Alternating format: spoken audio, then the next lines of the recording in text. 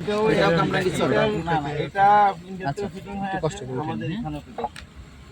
এটা কি হয়েছে? এটা ইন্ডিয়াতে ফিটিং হয়ে আছে। আবার কিছু আছে যেগুলো এখানে ফিটিং করেছেন কামরাঙ্গি চড়ে। এখানে এই যে একই জিনিস একই লোকই দিছে। এই ট্যাগগুলো কি আপনারা আলাদা করে ফিটিং করার সময় লাগিয়ে দেন? এটার সাথে দিয়ে দেয়। আমরা যে সাইজ বসানো এমন ট্যাগ আছে আপনার এখানে এই মুহূর্তে? দোকানে আছে এমন তো খোলা আমাদের কাছে। খোলা এমন ট্যাগ আছে ভিতরে? দোকানে কোনো খোলা কারখানায় আছে। কারখানায় থাকে। কারখানায় এমন কতগুলো দেশের ট্যাগ আছে ইনস্ট্যান্ট? না না, এটা যেমন এই একটার সাথে একটা ট্যাগ দিয়ে দিছে। আমরা যখন রোলটা খুলি একটা ট্যাগ থাকে। ওটা বসা আপনি যদি এই কাপড়টা এই যে ভিতরে একটা সাইজ স্টিকার আছে। সাইজটার জন্যই আমাদের এটা লাগে। সাইজটার জন্য যে লাগে।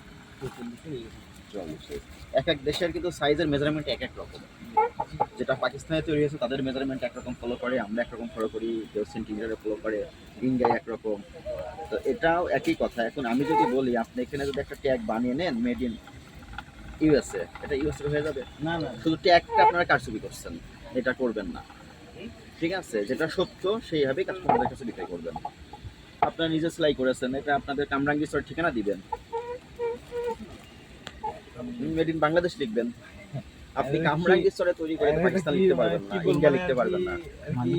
জায়গাটা এখানে মানে যায় যেভাবে পার্টিরা না, এগুলো সংশোধন করতে হবে। আমরা কিন্তু আজকে এদিকে সবগুলো দেখেছি, জরিমানা করেছি, লংলা এই পাশের দুটা প্রতিষ্ঠান সবাইকে একই রকম কমপ্লেন পাওয়া যাচ্ছে। কনজিউমাররা আমাদের কাছে অনেক কমপ্লেন করে, তারা কিনে নেওয়ার পর দেখেন এটা পাকিস্তানি, কোনোভাবেই পাকিস্তানি না বা ইন্ডিয়ান না। তাহলে আপনারা কেন মিথ্যা বিজ্ঞাপন দিবেন?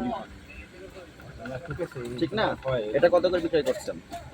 এটা তো আমরা মানে সর্বশেষ বিক্রি আমাদের 1300-1200 টাকা। আর কামরাঙ্গি চলে এসেছে, কাপড়টা কোথা থেকে নিয়ে এসেছেন? কাপড়টা তো আমাদের পার্টি দিয়ে যায়। পার্টি দিয়ে যায়, তার মানে কাপড়ও পাকিস্তানের না। হ্যাঁ, পাকিস্তানি কাপড়, ওরা তো বলে পাকিস্তানি। আমাদের